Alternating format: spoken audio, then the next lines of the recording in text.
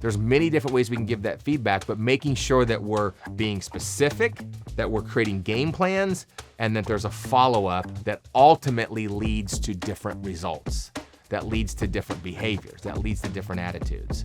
There is a right way and a wrong way for recognition to show up. Like Jeans Day, pizza parties, no meeting Fridays.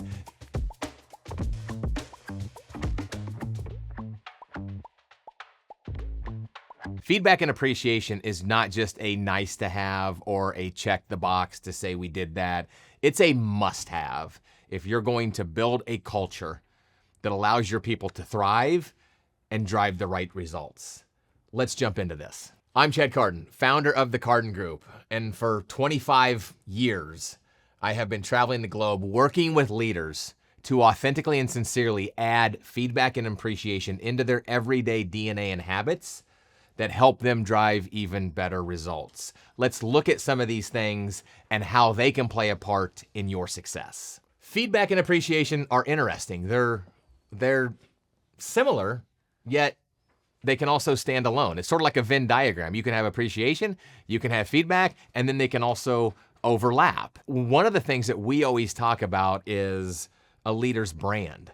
And one of the elements to a leader's brand is how they give and receive feedback, right? And so talking about giving feedback and receiving feedback is highly important as a leader to make sure you're setting yourself up for success and your people up for success as they drive this thing home. Diving into some data here, let's look at some of these interesting data points when it comes to appreciation. So when it comes to enhanced motivation, there was a survey that revealed that 83.6% of employees feel that recognition impacts their motivation to succeed at work. You show authentic and sincere recognition, it will lead to more efficiencies and a better work product by those people in those seats to drive better results. Engagement levels. This is interesting. Employees who receive regular recognition are three times more likely engaged, more productive, and committed to their work. Those who do not receive that recognition, you do not get that ultimate output. So they're three times more likely. Again, the recognition has to be authentic and sincere, but when it's there, by accident, it's going to produce better results. And then higher retention rates. Companies with effective recognition programs experience 31% lower voluntary turnover compared to those without those such initiatives. 31%. What can 31% less vacancies or less turnover do for your organization? Hell, what can it do for the bottom line? So recognition and appreciation are vital. Let's take a look at feedback. When it comes to feedback, 65% of employees desire more feedback. You almost have 6.5, almost between 6 and 7 employees out of 10 actually desire more feedback. That didn't say positive feedback. That just said feedback. Some people just want to know, are they doing a good job? Do they need to be course corrected? Are we meeting expectations? Are we meeting goals? That's what they want to know, and that's what the feedback does. Another one says that regular feedback has been linked to a 14.9% reduction in employee turnover. Again, it impacts your retention rates. It impacts your vacancies. There's a lot of stats around that. And then performance improvement. Companies that provide frequent feedback observe a 12.5% increase in team productivity. 12.5% doesn't seem that much. 12.5% of 10,000 people is a lot of percent, right? So ultimately that percentage, if you can get 12.5% more productivity out of your people, what type of results would that lead? So let's look at feedback for a minute. So feedback can come in a lot of different sorts, right? You can have appreciative feedback, which we'll get into recognition and appreciation in just a minute. You can talk about, there might be constructive feedback, there might be goal-oriented feedback. There's a lot of different ways that feedback can show up, but when you're giving feedback, that's the key to making sure that you're leaving people encouraged, not discouraged. So giving feedback means a couple things. One, that you're prepared to give the right feedback to the right person at the right time that will leave them in a better spot. 2, making sure that you understand how you're positioning your message.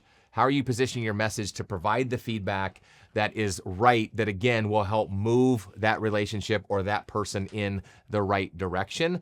And then 3, making sure that there is a follow-up to that feedback to ensure that it actually gets implemented and things actually shift, which is the ultimate goal of feedback anyway. The ultimate goal of feedback is to shift attitudes, behaviors, skill sets that set somebody up for a higher probability of success. Let's look at when you give appreciative feedback. Easy to give, right? But it's important that you give that feedback in the right way. So it's about being specific, right? It's about encouraging more of it.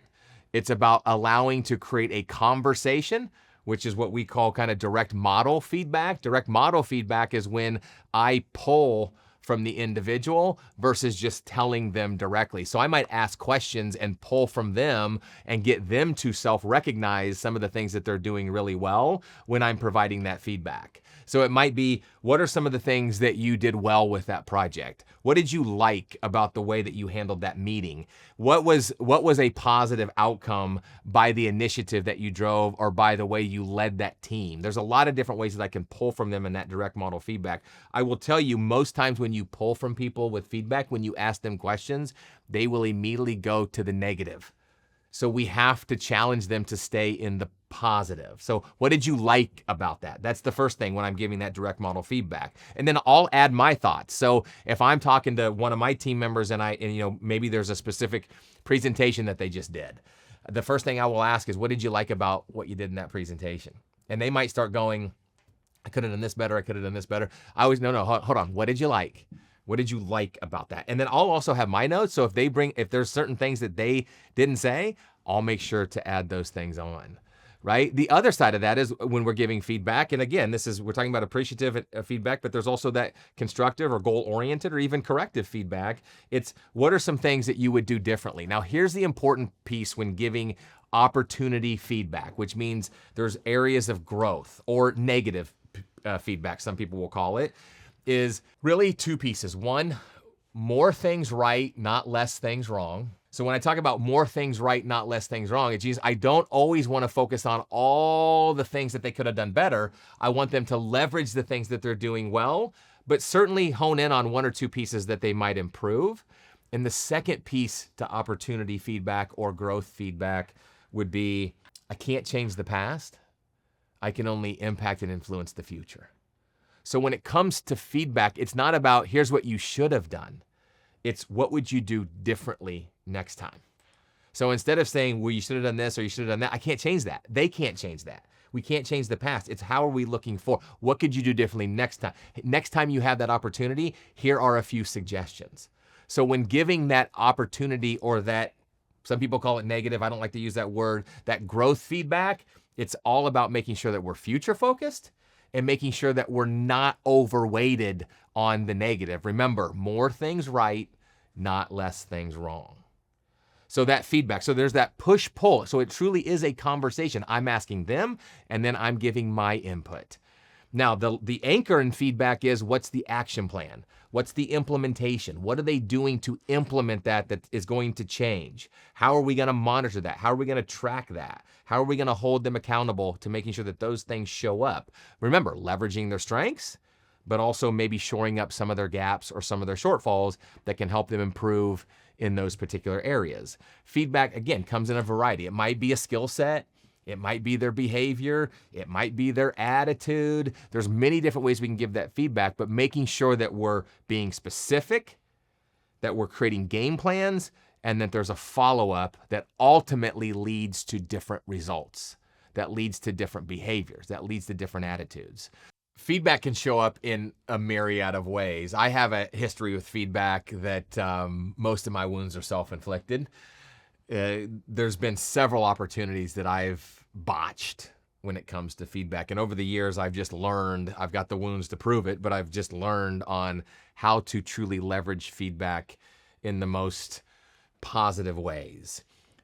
Feedback also comes down to what type of working relationship you have with somebody. If it's within a professional setting, feedback can happen in all areas of life.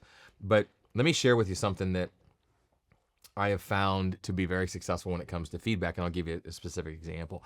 I think that working relationships are all about, they're sort of like bank accounts, right? You have to put in deposits because there are times in that working relationship where you're going to have to make withdrawals. And when I make a withdrawal in a working relationship, I want to make sure that I'm not overdrawn. Perfect example is we have a gentleman from Houston, Texas, who is actually 80 years old that is still working on projects for us today. His name's Charlie Blackman. And Charlie, if you see Charlie, he looks like he's 55. He still has the energy of a 50-year-old. He's still out there getting on airplanes. Matter of fact, he might be on an airplane somewhere in the country this week, impacting our clients, and still can perform at a very high level that drives impact and results on the initiatives and the projects that we're doing. There was a project, and he's been with me since 2009. So this is 2025. So we're 16 years into this thing. There was a project in 2012 where the client, he did something that the client just did not appreciate. And matter of fact, wanted to remove him from the particular project. Well, that's the feedback that we got from the client. So number one is, how do I respond to that? Do I defend Charlie? Do I try to turn around on them and say, well, you must have done something because Charlie is one of our world-class advisors? What do I do with that feedback? So we absorbed it. We talked about it. And we thought about the best thing to do was to actually remove Charlie from that project, which was a big project. And it was actually, the implications were it would have major implications for Charlie on his schedule and financially, candidly. So we made the decision, and then we sat down with Charlie and we provided that feedback. And we really, again, we talked about the specifics, the reasons why. Here's why we came up with that decision. And that actually led to a stronger working relationship because we were able to put Charlie on different projects. That was in 2012. We're here 13 years later, and he's still working projects for me as we go.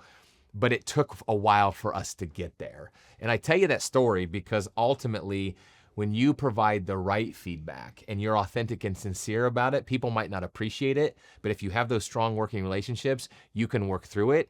And actually, you might just come out stronger on the other side. To the feedback, as we begin to come down for a landing here, is that it's not just how you give it, it's how do you receive it, right? What type of brand are you? When people come to you with feedback, are you deflecting it? Are you maybe defending, right? Like, you just don't understand my position. So somebody gives me feedback, I might say, well, you just don't understand my position, or you don't understand, you don't have all the facts. Are you turning it around on them, right? So sometimes, people, when they get feedback, they turn around on the other person. And then people get fatigued with giving feedback, and they think they might as well beat their head up against a brick wall than provide or open that conversation of feedback, because it's not going to go anywhere. So how are you receiving it? Are you absorbing it? Are you welcoming it? I think as a leader, we need to welcome feedback and just be okay with whatever feedback that we're getting. It's not an indictment. It's just that's the way that they see it. That's the way they perceive it. It's more about taking that feedback, absorbing it, and doing something with it that will change things for the positive. So feedback is one thing, which again, stand alone, but it also blends sometimes with recognition and appreciation. Now, I said that in the beginning that I think most people are doing this wrong. Here's what I mean by that. There is a right way and a wrong way for recognition to show up. The wrong way, and I'm not discounting this 100%, so don't take this out of context, but the wrong way is when organizations do things that are very surface and check the box, like Jeans Day. I'm not saying that doesn't have impact, and I know it does for some people. Pizza parties.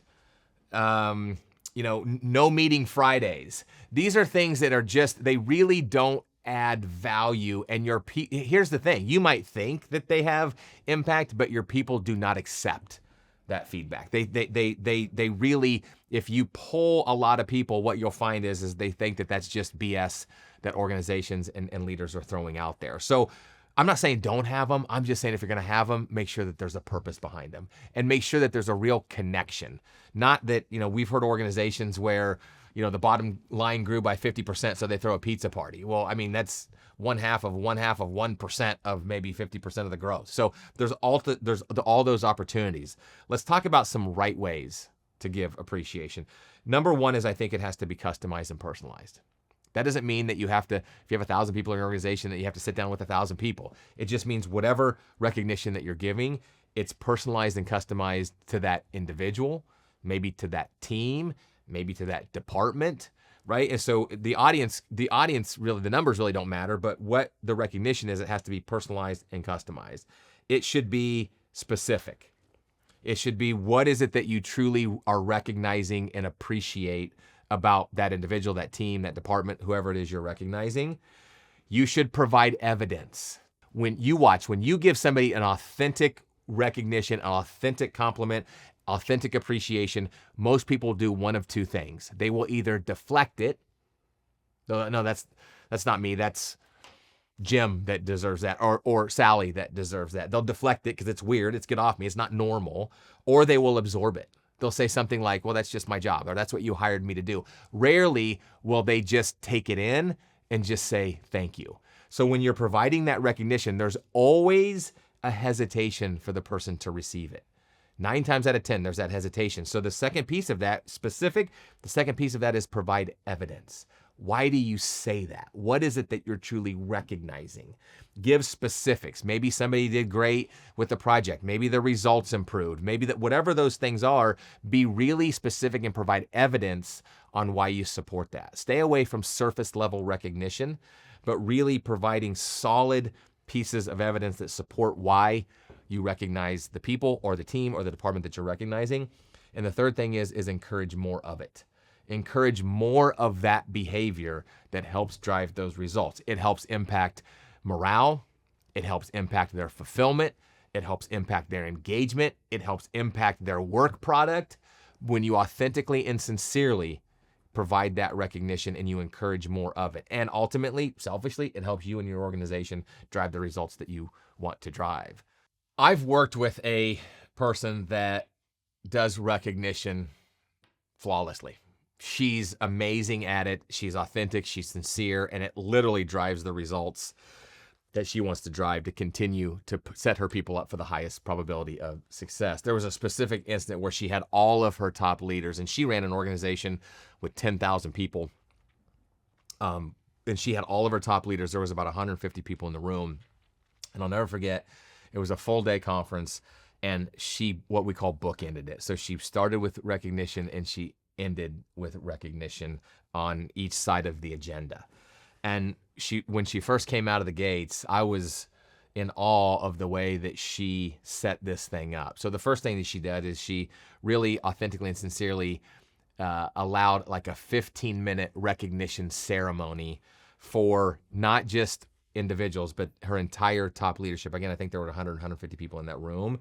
And she was really specific on, when she came into that organization, it was in shambles. And she, in 3 years, really turned that thing from one of the worst performing organizations in that space to one of the best performing organizations in that space. And she gave 100% credit to those top leaders that were in that room. And she provided specifics on where she started with some of these metrics, where they are currently with some of these metrics, the game plans that they have in place to continuously move those metrics in the right directions. And so she provided what she appreciated, and she really provided that evidence that was authentic, that showed that by the work and the fruits of their labor, they were moving from, again, one of the worst organizations to one of the best organizations.